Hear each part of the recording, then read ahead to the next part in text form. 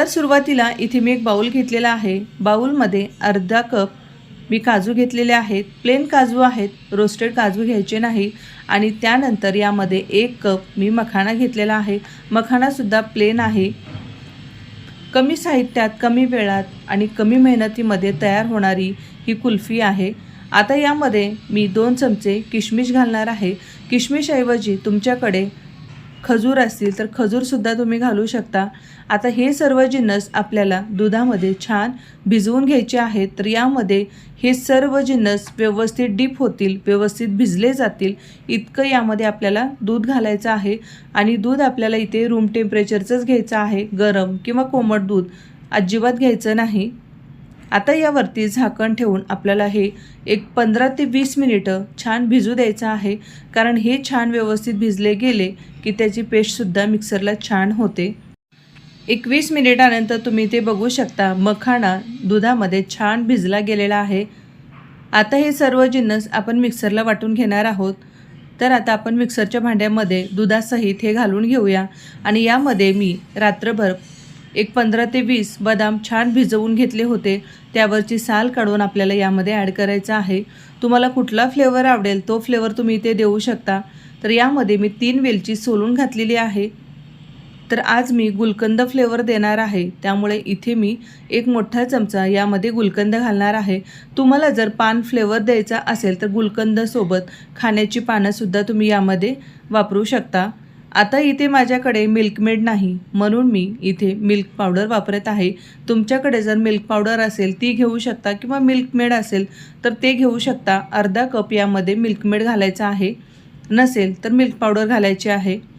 साहित्याची लिस्ट आणि योग्य असं प्रमाण मी डिस्क्रिप्शन बॉक्समध्ये दिलेलं आहे, तुम्ही तिथे जाऊन चेक करू शकता। आता आपण हे मिक्सरला छान फिरवून घेऊया। अगदी बारीक पेस्ट करून आपल्याला घ्यायची आहे। मध्ये कुठेतरी काजू बदामचे पीस राहिले असतील तर काही हरकत नाही। तुम्ही ते बघू शकता, मिक्सरला छान मी असं बारीक वाटून घेतलेलं आहे। अगदी दाटसर अशी ग्रेव्ही तयार झालेली आहे। तर सुरुवातीला गॅसवर मी जाड तळाचं पातेलं घेतलेलं आहे। इथे तुम्हाला जाड तळाची कढई किंवा पातेलं घ्यायचं आहे। तर इथे आपण शुगर कॅरमलाइज करणार आहोत, त्यामुळे या कुल्फीला टेक्स्चरसुद्धा छान येतो, रंग छान येतो आणि चवसुद्धा खूप छान येते। तर यामध्ये मी अर्धा कप साखर घातलेली आहे। तुम्हाला खूप जास्त गोड आवडत असेल तर पाऊण कपसुद्धा साखर तुम्ही यामध्ये घालू शकता। साखर घातल्यानंतर गॅसची फ्लेम आपल्याला कमी ठेवायची आहे, त्यामुळे ती साखर करपली जाणार नाही। अगदी सावकाश साखर विरघळली की ती छान टेक्स्चर येतो आणि चवसुद्धा त्या साखरेची खूप छान येते। एक मिनिटानंतर तुम्ही ते बघू शकता, हळूहळू साखर विरघळायला सुरुवात झालेली आहे। तर अशा पद्धतीने आपल्याला हे व्यवस्थित मिक्स करत राहायचं आहे, त्यामुळे एकसारखी साखर विरघळली जाते। आणि एकदा साखर विरघळल्यानंतर एक अर्धा मिनिटभर आपल्याला ठेवायचं आहे। त्यानंतर तुम्ही खूप जास्त वेळ जर ठेवला तर साखर करपलेली जाते आणि त्या करपलेल्या साखरेचा एक वेगळा फ्लेवर त्या कुल्फीमध्ये येतो। आता यामध्ये रूम टेम्परेचरचं आपल्याला दूध घालून घ्यायचं आहे। तर इथे मी अर्धा लिटर दूध घेतलेलं आहे आणि दूध घालत असताना गॅस पूर्णपणे आपल्याला बंद करायचा आहे। गॅस चालू ठेवला तर हे अंगावर उडू शकतं, त्यामुळे गॅस बंद करायचा आहे। आणि गॅस बंद करून हे पूर्णपणे दूध यामध्ये घालून झाल्यानंतर परत गॅस चालू करायचा आहे आणि गॅस मोठा करायचा आहे, गॅस कमी ठेवायचा नाही। गॅस कमी ठेवला तर यामधली जी साखर कॅरमलाइज झालेली आहे ती दुधामध्ये मिक्स व्हायला वेळ लागतो आणि गॅस मोठा ठेवला तर ती लवकर दुधामध्ये मिक्स होते। व्हिडिओमध्ये तुम्ही बघू शकता, दुधाचा रंग बदललेला आहे आणि साखर पूर्णपणे दुधात विरघळलेली आहे। तर इथे आपल्याला दूध आटवत बसवायची गरज नाही किंवा इथे तुम्हाला मावा खवा वापरायची अजिबात गरज नाही। दुधाला एक छान उकळी आली की यामध्ये ड्रायफ्रूटची पेस्ट घालायची आहे। गॅस कमी करायचा आणि ही पेस्ट यामध्ये घालून घ्यायची आहे। त्या पेस्टमुळे या दुधाला एक छान दाटसरपणा येतो, एक रवाळ टेक्स्चर येतो, त्यामुळे यामध्ये तुम्हाला पनीर किंवा मावा खवा वापरायची अजिबात गरज नाही। कमी साहित्यामध्ये अगदी झटपट तयार होणारी ही कुल्फी आहे। ही पेस्ट घातल्यानंतर आपल्याला ही दुधामध्ये व्यवस्थित मिक्स करून घ्यायची आहे। गुठळ्या होत असतील तर तुम्ही हे व्यवस्थित मिक्स करून घेऊ शकता। व्यवस्थित मिक्स झाल्यानंतर पहिली उकळी आलेली आहे। तुम्ही इथे या दुधाचा टेक्स्चर बघू शकता। अगदी दाटसर असं कुल्फी टेक्स्चरचं हे दूध तयार झालेलं आहे। कुठलाही मावा खवा आपण यामध्ये अजिबात वापरलेला नाही। तुम्ही इथे बघू शकता काही गुठळ्या आणि यामध्ये बाकी आहेत त्या आपल्याला व्हिडिओमध्ये दाखवल्याप्रमाणे फेटून घ्यायचं आहे आणि त्या गुठळ्या फोडून घ्यायच्या आहेत।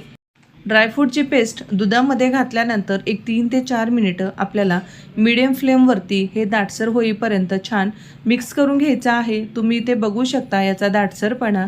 यामध्ये आपण कुठलाही कॉर्नफ्लोअर किंवा कस्टर्ड पावडरसुद्धा वापरलेली नाही, तरीसुद्धा या दुधाला एक छान क्रीमी टेक्स्चर दाटसरपणा आलेला आहे। एक 3-4 मिनिटं झाली की आपल्याला गॅस बंद करायचा आहे। तर इथे मी गॅस बंद केलेला आहे आणि हे आपल्याला रूम टेम्परेचरलाच थंड करून घ्यायचं आहे। फ्रीजमध्ये ठेवायची गरज नाही आणि हे बाहेर थंड होत असताना सतत आपल्याला हे व्यवस्थित मिक्स करत राहायचं आहे, कारण यावरती एक साय यायला सुरुवात होते आणि ती आपल्याला मोडून या दुधामध्ये व्यवस्थित मिक्स करून घ्यायची आहे। त्यामुळे तुम्हाला हे मिश्रण परत मिक्सरच्या भांड्यामध्ये घालून फिरवायची अजिबात गरज नाही। आता हे थोडंसं थंड झालेलं आहे पण कोमट आहे। यावरती आपल्याला एक प्लेट ठेवून हे पूर्णपणे रूम टेम्परेचरला येऊ द्यायचं आहे। तर या ठिकाणी एक अर्ध्या तासानंतर हे छान थंड झालेलं आहे आणि एक दाटसरपणासुद्धा आलेला आहे आणि यामध्ये तुम्हाला जे छोटे छोटे पीस दिसत आहेत तर ते ड्रायफ्रूटचे पीस आहेत, त्यामुळे ते परत आपल्याला मिक्सरला फिरून घ्यायची गरज नाही। तर आज आपण यापासून मटका कुल्फी बनवणार आहोत। तर त्यासाठी इथे माझ्याकडे छोटे छोटे चिनी मातीचे पॉट आहेत। तर यामध्ये आपण ही कुल्फी बनवणार आहोत।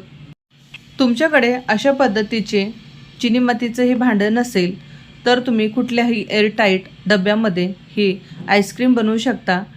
तर आता आपण यामध्ये हे थंड झालेलं मिश्रण घालून घेऊया। व्हिडिओमध्ये दाखवल्याप्रमाणे आपल्याला यामध्ये हे व्यवस्थित भरून घ्यायचं आहे। व्हिडिओमध्ये बघितल्यानंतर तुमच्या लक्षात येईल की आपण कितपत दाटसर हे मिश्रण बनवलेलं आहे।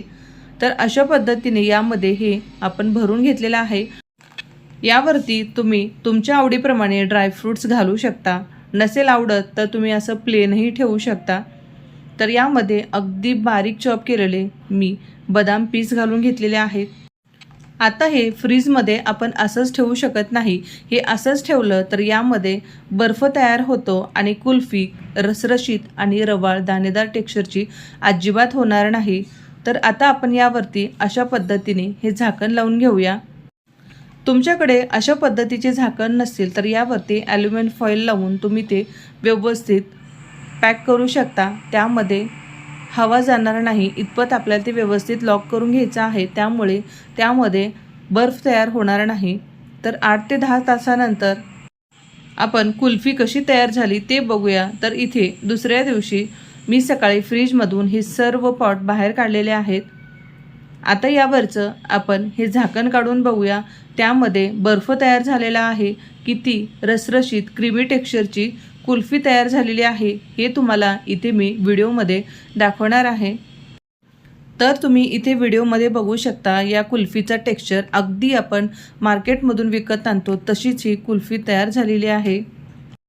घरच्या घरी कमी साहित्यात अशी कुल्फी बनवायला तुम्हाला जर जमली तर बाहेरून विकत आणायची सुद्धा अजिबात गरज नाही। मुलं मागतील तेव्हा तुम्ही ही कुल्फी घरच्या घरी बनवू शकता। रात्री बनवून जर ठेवली तर सकाळपर्यंत ती छान सेट होते आणि तुम्ही दुसऱ्या दिवशी त्या कुल्फीचा आनंद घेऊ शकता।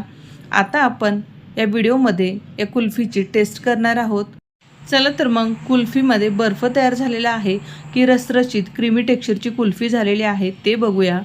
तर अगदी सहज यामध्ये हा स्पून जात आहे, हा चमचा जात आहे आणि अगदी क्रीमी टेक्स्चरची अशी ही कुल्फी तयार झालेली आहे। म्हणजे आपण घेतलेलं प्रमाण वेळ अगदी परफेक्ट आहे।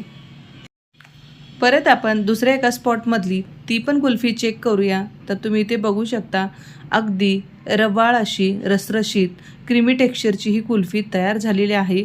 कुठेही या ठिकाणी बर्फ अजिबात तयार झालेला नाही। माझा लहान मुलगा हर्षवर्धन त्याच्या डिमांडवर ही मी कुल्फी आज बनवलेली होती, तर त्याला ही कुल्फी देऊन आपण त्याची रिॲक्शन एकदा बघूया।